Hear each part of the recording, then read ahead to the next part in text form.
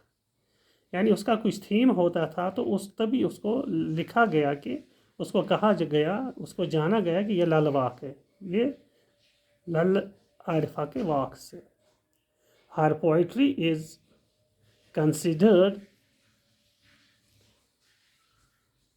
earliest composition in Kashmiri language and plays an important role in the history of Kashmir. اچھا، اس کی جو poetry تھی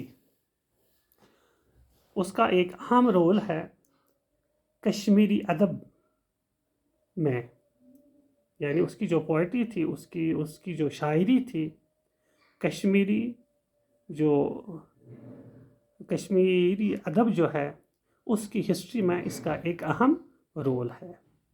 تو اس طرح سے ہم نے اس کے یہ 2 پیرا پڑھے ہیں لل دید کے. یعنی اس میں ہم نے یہ جانا کہ لل دید کب تھی، یعنی وہ 14ویں صدی میں تھی، یعنی 1320 میں وہ پیدا ہوئی اور 1392 میں وہ چلی گئی ہے اس دنیا سے، یعنی 72 ایئرس کی وہ تھی تو وہ چلی گئی.